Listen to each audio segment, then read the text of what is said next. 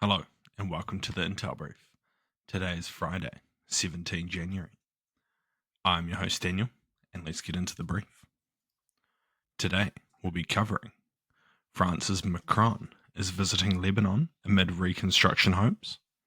Iran and Russia are looking to boost their strategic partnership. And Cuba has freed opposition leader after a deal with Biden. So firstly, French President Emmanuel Macron visited Beirut to show France's support for Lebanon's newly elected leadership, led by President Joseph Aoun and Prime Minister Designate Nawaf Salam, as they confront significant challenges, including economic turmoil and a post-war recovery. Macron's visit underscores France's historical ties with Lebanon and its commitment to assisting the country in consolidating sovereignty, maintaining unity, and promoting prosperity. Lebanon's leadership vacuum was filled after 2 years of political stalemate, facilitated by international efforts, including those of France, the US, and Saudi Arabia.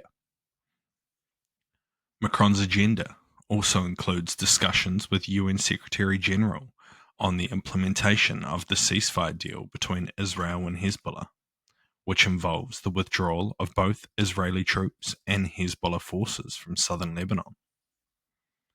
The French-mediated ceasefire agreement has also reshaped the regional dynamics, weakening Hezbollah and opening up opportunities for Lebanon to stabilize politically and economically. Macron's outreach to Saudi Arabia also signals effort to rebuild the Saudi-Lebanese relations and secure Riyadh's support for the Lebanese army. Saudi Arabia's role is seen as critical, particularly in financing and equipping the Lebanese army, and supporting broader reforms aimed at rebuilding Lebanon's sovereignty and stability. France's involvement has highlighted their intent to bolster Lebanon's recovery while addressing regional tensions involving Hezbollah, Iran, and Saudi Arabia. So what? It is likely that the growth of the Lebanese army is critical for the future of Lebanon. As I've talked about before, everything is built upon security.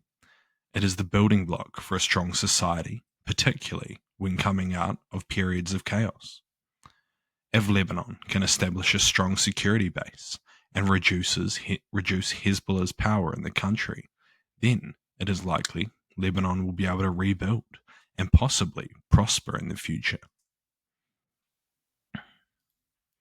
And next, the Iranian president has met with Russian President Vladimir Putin in Moscow to discuss the strengthening of bilateral relations through a new treaty aimed at deepening military and economic ties. This marks his first visit to Russia since taking office. Both leaders expressed optimism about the treaty, with Putin highlighting its broad impact on cooperation and the Iranian emphasizing the strategic importance of Iranian-Russian relations. The Kremlin described the partnership as critical, especially given the shared challenges of Western sanctions. Russian Foreign Minister Sergei Lavrov also called the treaty constructive, reinforcing collaboration with allied nations.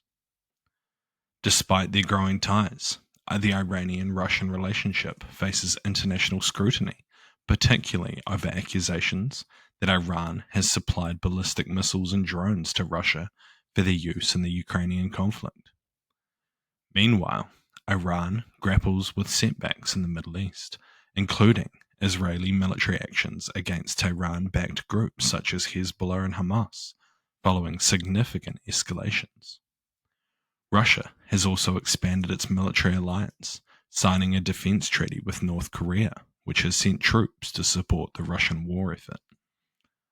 So what? It is likely that this relationship is one of necessity, as both Russia and Iran are currently very isolated in the international community. While China is also supportive of Russia, it has kept its distance to avoid any international sanctions. Russia almost certainly relies on Iran for a number of things, but particularly drones and ballistic missiles are currently extremely critical. In return, it appears possible that Russia will support Iran's nuclear program, possibly leading to them developing a usable weapon in future years. And lastly, Cuba has freed the opposition leader Jose Daniel Ferrer and several other prisoners on Thursday as part of an agreement with outgoing US President Joe Biden in exchange for Cuba's removing from Washington's list of state sponsors of terrorism. Havana has begun releasing approximately 553 prisoners, many of whom were political detainees. Ferrer, a prominent dissident who faced imprisonment multiple times over the past 2 decades, has described his detention as unjust and politically motivated. His wife and supporters celebrated his release, while he urged fellow Cubans to resist the government, which he described as increasingly vulnerable. Many of those freed were detained during 2021 protests over the worsening living conditions in the country, which included power outages, food shortages, and inflation.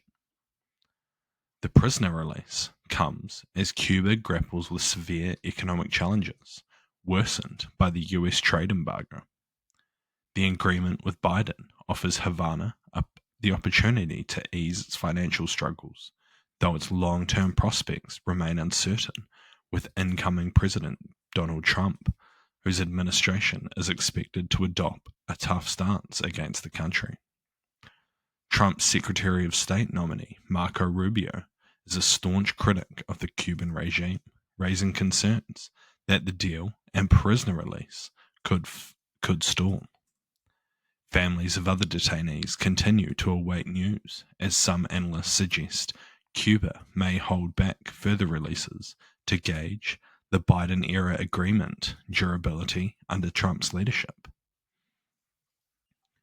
So what? Though this is positive, there is still a long way to go until the situation for the regular Cuban citizens improves. This change in policy by the Cuban government is possibly caused by a lack of international support from their traditional allies. While China has recently providing some support to the country, Russia has traditionally been a big supporter, but this has recently fallen off due to the lack of resources in the country. Thank you for tuning in to the Intel Brief, your daily update on global geopolitics, brought to you by HM Intelligence. You can support the show by sharing with your friends and leaving us a 5-star review. And if you want to learn more about intelligence, you could check out one of our courses in the description below. Thank you for listening. I've been your host, Daniel, and I'll see you next time.